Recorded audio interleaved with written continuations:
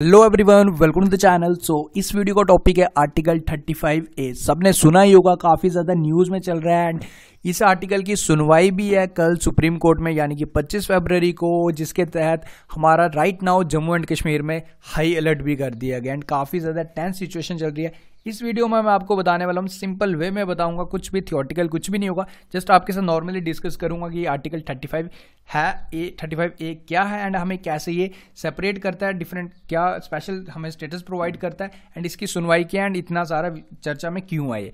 देखो यार, बिल्कुल सिंपल वे में बताता हूँ। एक्चुअली में जब हमारा देश आज़ाद हुआ था 1947 में, तो उस टाइम जो हमारे स्टेट के जम्मू एंड कश्मीर के राजा थे, ठीक है, राजा हरि सिंह जी, देखो वो जब भी रियासतें मिलके एक हमारा भारत बन रहा था पूरा, तो उन्होंने कुछ अपनी शर्तें रखी। वो कहते थे कि ना तो हमें इंडिया के साथ ज्वाइन करना है, ना हम पाकिस्तान के साथ जाएंगे, हमें एक स्पेशल दर्जा दिया जाए। ठीक है, उनका ये मानना था कि वो अलग अपना एक अलग से राज्य बनाना चाहते हैं, उन्हें एक अलग दर्जा दिया जाए। ठीक है, इसी के तहत चलते हुए हमें दो स्पेशल प्रोविजंस, ये दो आर्टिकल्स मिले, ठीक है, जिसके तहत हमारी स्टेट, जो आप सबको पता है कि जम्मू एंड कश्मीर में जो सीएम का कार्यकाल होता है वो सबसे ज्यादा होता है, यानी कि 6 साल का होता है। ठीक है, वो भी आपको जरूर याद रखना है। अब देखो ये दो आर्टिकल्स जो बेसिकली सिंपल वे में बताऊंगा, ज्यादा हम डीपली कुछ नहीं करेंगे, बट नॉर्मल जो चीजें पता होनी चाहिए, ठीक है, न्यूज में आप सब सुन रहे हैं बट कंसेप्ट भी क्लियर होना चाहिए।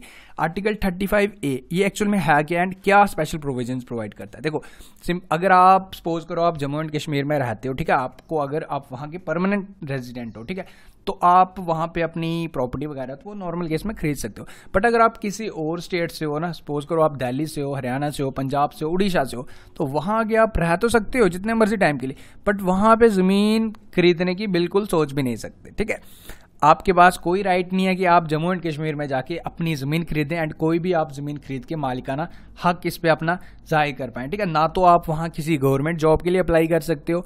ठीक है, तो ये जो स्पेशल स्टेटस था ये तो हमारी स्टेट को मिला हुआ है, बट इसमें कुछ और भी चीज़ें भी हैं जो आपको, देखो ये एक्चुअल में हुआ गया था कि एक दिल्ली की एक एनजीओ है, ठीक है, तो एनजीओ ने केस दर्ज किया था। एनजीओ का नाम भी जरूर याद रखना, वही द सिटीजन्स। ठीक है, तो उन्होंने सुप्रीम कोर्ट में एक याचिका दायर की थी कि ये जो एक स्पेशल ग्रांट, देखो अब जम्मू एंड कश्मीर का जो, अगर हम जम्मू एंड कश्मीर के रेजिडेंट है, अगर हम दूसरी स्टेट में जाते हैं, सपोज करो दिल्ली जाते हैं, पंजाब जाते हैं, हरियाणा जाते हैं, वहां अगर हम जॉब करते हैं, वहां हम सेटल हो जाते हैं, बट हमें तो राइट है ना कि हम दूसरी स्टेट में जाके हम लैंड खरीद सकते हैं, जमीन खरीद सकते हैं नॉर्मली। ठीक है, मालिकाना हक हमें मिल सकता है। बट देखो अब बाहर का कोई पर्सन अगर हमारी स्टेट में आता है तो उसको ये प्रोविजंस नहीं मिलते। ठीक है, उसको ये राइट नहीं मिलता कि वो हमारी जम्मू एंड कश्मीर में आके, ठीक है, इसका एक मेन सबसे पहला पॉइंट ये था कि एक एनजीओ ने जब भी एक याचिका दायर की थी कि हमें एक स्पेशल, क्योंकि बाकी इंडियंस के साथ इनजस्टिस हो रहा है इन दिस केस, अगर हमारे जम्मू एंड है तो is Jammu and Kashmir is a part of India, तो ये एक पॉइंट, फर्स्ट पॉइंट ये था कि अगर जम्मू एंड कश्मीर का बाहर से खरीद सकता है तो जम्मू एंड कश्मीर में क्यों नहीं खरीद सकता बाहर का पर्सन। ठीक है, फर्स्ट पॉइंट ये था एंड सेकंड पॉइंट भी, देखो इसमें एक और इंपॉर्टेंट पॉइंट भी जो हमें अलग करता है। ठीक है, एक सेपरेट अलग से एक जो प्रोविजन प्रोवाइड हुआ है, देखो एक इनइक्वालिटी भी है, मेल और फीमेल में कह सकते हो आप। देखो अब इसमें एक ये चीज़ समझने वाली है कि सपोज करो अगर कोई जम्मू एंड कश्मीर की वुमेन होगी, ठीक है, अगर जम्मू एंड कश्मीर की कोई गर्ल है, अगर वो सपोज करो बाहर किसी पर्सन के साथ शादी करती है, सपोज करो वो आउटसाइडर लाइक पंजाब के किसी पर्सन के साथ शादी कर लेती है जो जम्मू एंड कश्मीर की परमानेंट रेजिडेंट होगी वुमेन। ठीक है,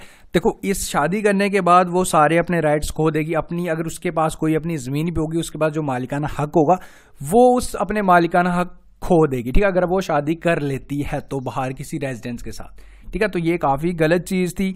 ठीक है, ये भी गलत चीज़ है अगर किसी की ऑलरेडी प्रॉपर्टी है, अगर वो वुमेन किसी बाहर से शादी कर लेती है तो वो अपना जम्मू एंड कश्मीर के जितना भी उसके पास ज़मीन प्रॉपर्टी होगी वो इससे मालिकाना हक खो देगी। ठीक है, एक पॉइंट ये भी था एंड इसमें देखो इसमें एक और चीज़ थी। देखो अगर कोई मेल, ठीक है, अगर कोई मेल सपोज करो कोई आउटसाइडर द मेल, ठीक है, कोई आउटसाइड कोई किसी स्टेट का मेल होगा, ठीक है, लाइक पंजाब का पर्सन होगा, पंजाब का अगर आदमी जम्मू एंड कश्मीर की किसी वुमेन के साथ शादी कर लेता है, ठीक है, देखो उसको शादी करने के बाद, ठीक है, उसको जो वुमेन के पास ऑलरेडी अपनी प्रॉपर्टी है तो है, बट जो मैन होगा उसके पास भी राइट होंगे, वो भी मालिकाना हक ले सकता है जम्मू एंड कश्मीर की प्रॉपर्टी का। ठीक है, आई होप आप समझ गए हो कि कैसे इसमें डिस्क्रिमिनेशन भी था, लाइक डिस्क्रिमिनेशन भी आप कह सकते हो इसको, क्योंकि अगर वुमेन बाहर से किसी से शादी कर लिए तो वो अपना मालिकाना हक खो देगी अपनी स्टेट पे जितना भी उसके पास प्रॉपर्टी होगी। बट सेम केस अगर कोई मैन आगे शादी करता है बाहर से, ठीक है, तो उसको परमानेंट रेजिडेंट मिल जाएगा एंड वो वहां का मालिकाना हक ले सकता है, किसी भी जमीन पे अपना मालिकाना हक जाहिर कर सकता है। ठीक है, तो ये चीजें थी थोड़ी सी, आई होप आपको मैं समझा पाया हूँ एंड आपका थोड़ा सा कंसेप्ट क्लियर हुआ होगा। बेसिकली देखो सबको पता है आर्टिकल 35A है क्या, बट थोड़ा सा कंसेप्ट भी क्लियर होना चाहिए।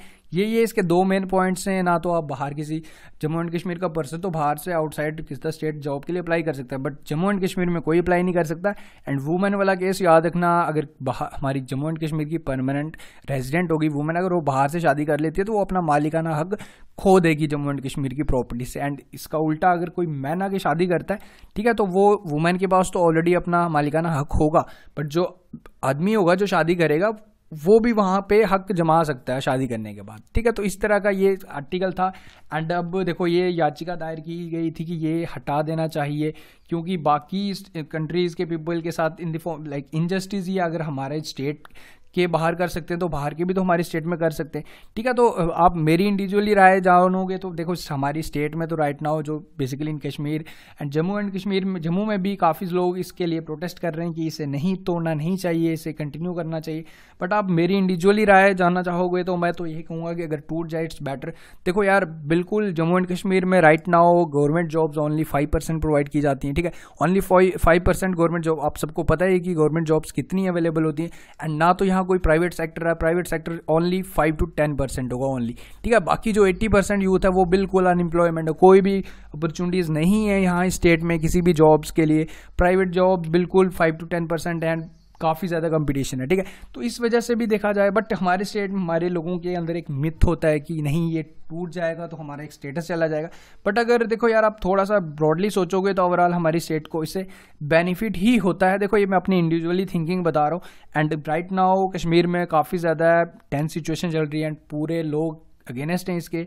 ठीक है, कुछ हद तक देखो यार अगर कुछ चेंजेस करनी है चेंजेस कर लो, बट ओवरऑल देखा जाए तो अब देखते हैं सुप्रीम कोर्ट क्या ऑर्डर करती है। कल अब इसकी याचिका है सुप्रीम कोर्ट में, अब देखते हैं क्या सुनवाई होती है। सो लेट्स होप कि जो चीज़ें भी हों अच्छे ही हो, अच्छे के लिए ही हो, हमारी स्टेट की बेटरमेंट के लिए ही हो, जो भी डिसीजन लेता है सुप्रीम कोर्ट।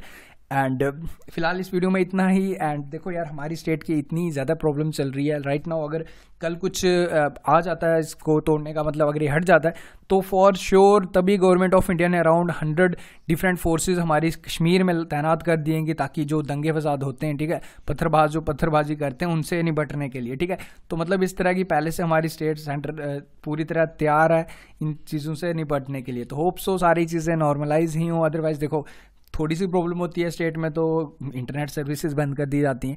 ठीक है, इस तरह की प्रॉब्लम्स आती हैं एंड इंटरनेट सर्विसेज बंद हो जाती हैं तो हमें भी सफ़र करना पड़ता है, हमारे स्टूडेंट्स जो हमारे साथ डेली जुड़े हुए हैं उन्हें भी सफ़र करना पड़ता है। होप फॉर द बेस्ट ऐसी चीज़ें कुछ भी नहीं हो, अगर कुछ होता भी है तो surely you don't need to worry, सारी चीज़ें नॉर्मलाइज कर दूंगा मैं। ठीक है, सारी चीज़ों का प्रतिबंध है, नेट बंद भी होता है, then still we will continue the videos. So thank you for watching the video. मिलते हैं नेक्स्ट वीडियो में। वीडियो पसंद आता है लाइक जरूर कर दे एंड इसे शेयर करें अगर आपको सारी चीज़ें अंडरस्टैंड हो गई हैं तो इसे शेयर भी करें। सो thank you for watching the video and have a great day. Hello.